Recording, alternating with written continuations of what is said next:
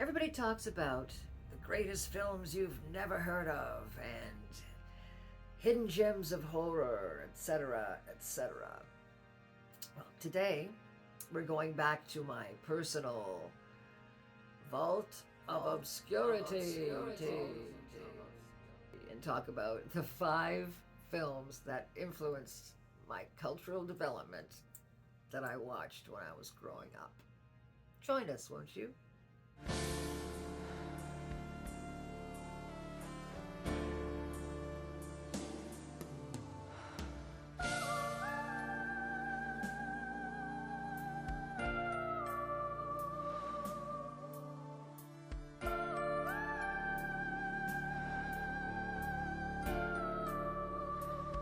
Hi, yes, it's me, Leslea. Welcome back to the Film Charnel, where today we're going back to the Vault of Obscurity to talk about the 5 films that I watched as a child that influenced my cultural development and love of all things gruesome and depressing. Yeah, I was a weird kid. And my parents were pretty weird too. They had a no censorship policy when I was growing up. I could read and watch anything I wanted as long as it was, good. And I had a TV in my room that I was allowed to watch as late as I wanted to, as long as it wasn't a school night. So I would watch some pretty scary things, some things I would regret watching later when it came time to go to sleep and turn the lights off. When I was very young, I watched a film that was showing on a Sunday afternoon. And it's one of those weird memories. When I think back on this film, I remember having seen it like 5 times, but I only saw it once when I was growing up, and I didn't know what it was called, but it had a profound effect on me. And I would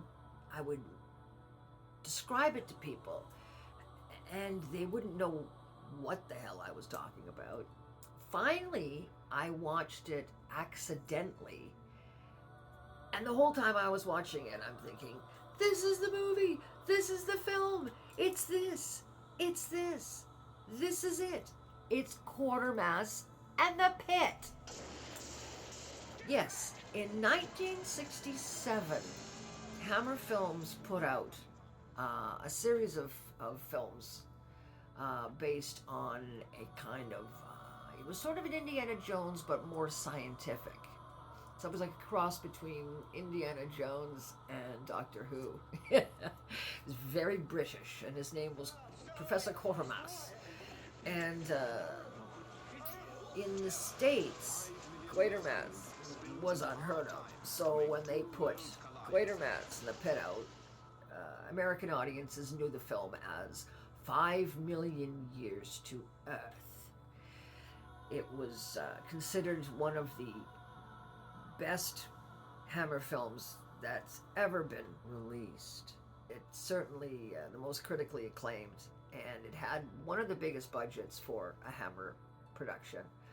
It was directed by Roy Ward Baker, not to be confused with Roy Thomas Baker for any of you Queen fans out there. And as I said, it came out in 1967.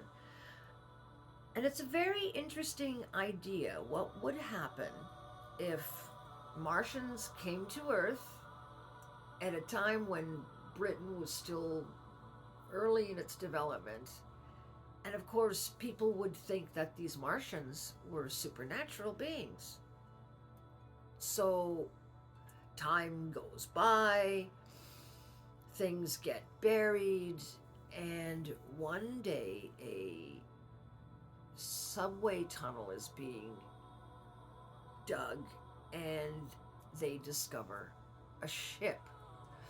Of course, they call in Professor Quatermas, and hilarity ensues.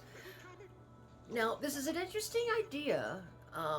It's almost like it starts out being a folk horror film with a science fiction explanation for the supernatural events.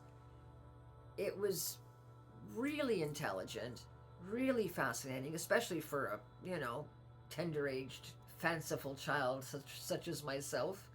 Um, but watching it as an adult, it really was quite brilliant. Folk horror meets science fiction. Uh, Amazing film. I'm not going to go any further into the plot. I don't want to ruin it for you, but I highly recommend it. Quatermas in the Pit. It's a classic. Check it out. In 1972, long before Bob Clark charmed us all with A Christmas Story, he took us to a deserted island with a bunch of hippies who decided they wanted to make a film. They read from an antiquated tome, a spooky black magical spell. Zombies rise up out of the earth, and hilarity ensues. That is 1972's Children Shouldn't Play with Dead Things. Yeah. Pretentious thespian hippies show up. A swarm of zombies attack them. I think one of them tries to marry one of them. A lot of really tasteless, borderline homophobic jokes occur, and everyone dies. I'm sure I'm not ruining the ending. That shouldn't surprise anyone. But it's a delightful time capsule. It predates The Evil Dead by about 10 years, but it's a pretty standard trope. I highly recommend it. It's a great time, especially if you watch it with friends and such certain substances that I'm sure they were all indulging in while they were making the film in the first place. I mean, come on, it was 1972. The guys were in straight bell bottoms, for God's sake. Enjoy it. I know I did. Also, 1972. This is another film that I saw and didn't know the name of for years and years. Several years before Sleepaway Camp came out and shocked us all with that ending. That ending. The film came out in 1972. This one had, now with more incest. This one was pretty much the same idea as Sleepaway Camp, but with way more creepy incest. And it starred, of all people, a very young Sandra Locke, who ended up becoming the muse, longtime muse of Clint Eastwood. Robert Shaw, a young Sally Kellerman. It's called Reflection of Fear, directed by William Fraker. It's very bizarre film. Very strange. Father-daughter tension. Very gothic, very creepy. Is the house haunted? Are they being stalked? Who knows? Watch it. Don't let me spoil the ending. Reflection of Fear. Check it out.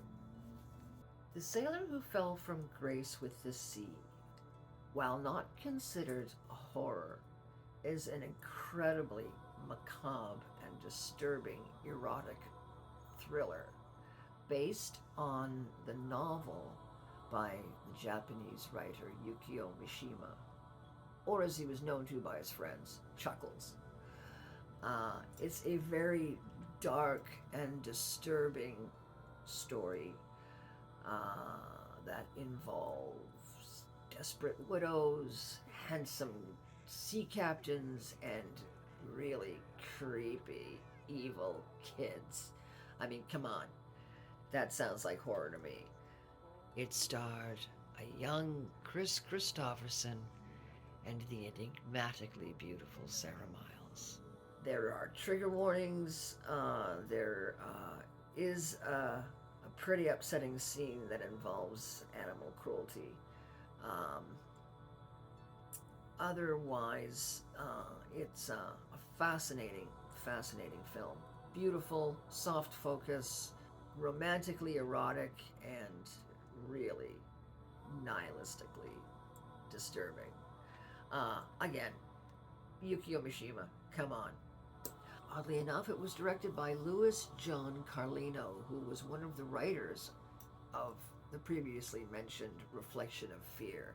And it has a similar desperate eroticism that it's not quite as melodramatic as Reflection of Fear, but there's certainly a theme going on.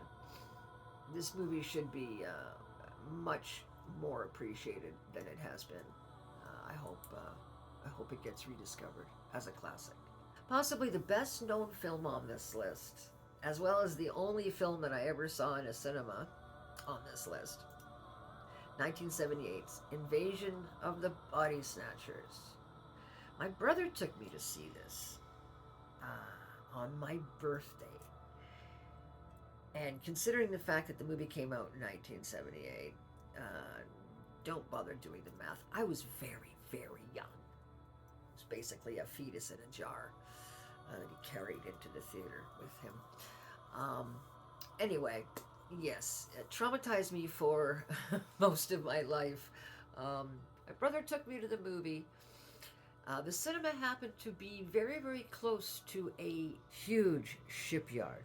And we parked near the big ships, and it looked exactly like a scene in the movie. So when we left the theater later that night, and it was a Sunday night, so the streets were deserted, my brother decides to chase me down the street going, screaming. I couldn't go to sleep for days. My mother was furious with my brother. I didn't talk to him for, God, at least 6 months. But hey, great movie, classic film, huge impact. So yeah, I watched a lot of strange movies when I was a kid. Those are some of them. I'm sure there'll be more. I do like the weird stuff. So that's it. 5 films that influenced my cultural development as a child.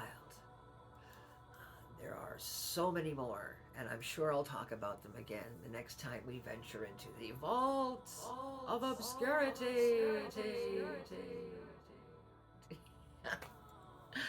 Oh God, this is going to be so much fun. Remember to like and subscribe. I'm looking forward to seeing you again, my darlings, here on the Film Channel. I'm Leslea K. Talk to you soon. Ciao, ciao.